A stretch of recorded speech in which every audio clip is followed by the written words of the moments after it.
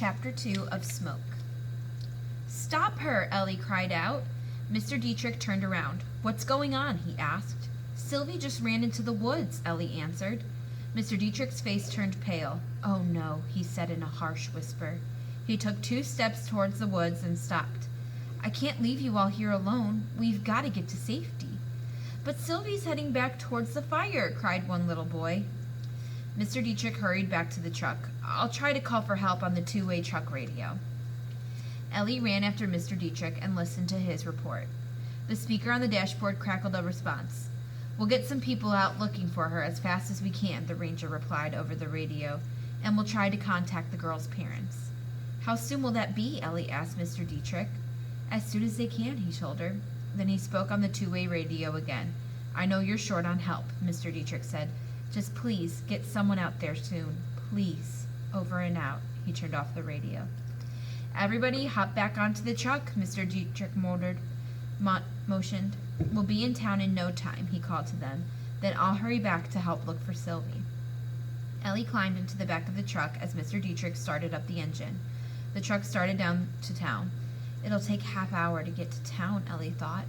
"By then, Sylvie could be hurt or..." In a flash, Ellie leaped off the back of the truck. She hit the ground hard and rolled a few feet. Dust flew up around her. She quickly got up and sprinted toward the woods where Sylvie had vanished.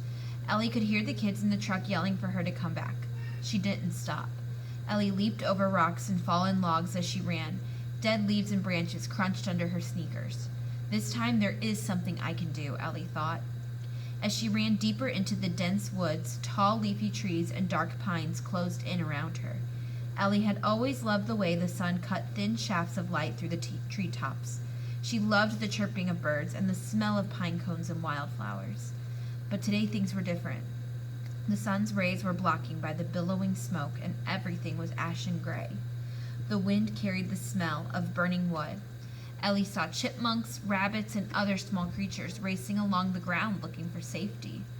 Ellie stopped and called out, "Sylvie, where are you? Come on, Sylvie, this isn't a game. Where are you?" No answer. Ellie continued on. Just ahead of her, she could see a small clearing. She knew this place. The clearing ended at the edge of a rocky cliff. There was a narrow footpath down the side of the cliff, and at the bottom of the cliff was a wide stream with a footbridge. Ellie's grandfather used to take her fishing there. The footpath and stream led to Ellie's house. Ellie ran as fast as she could, hoping this was the route Sylvie had taken. She was right. As Ellie reached the clearing, she saw Sylvie nervously walking along the edge of a cliff. Ellie was relieved to see the girl was all right. She rushed forward. But Ellie's footsteps startled Sylvie. The 7-year-old spun around. Then her eyes went wide. Loose rocks gave way beneath her feet, and Sylvie began to fall backwards. Ellie cried out to Sylvie as she ran, but she knew she would never reach Sylvie in time. The younger girl was going over the edge.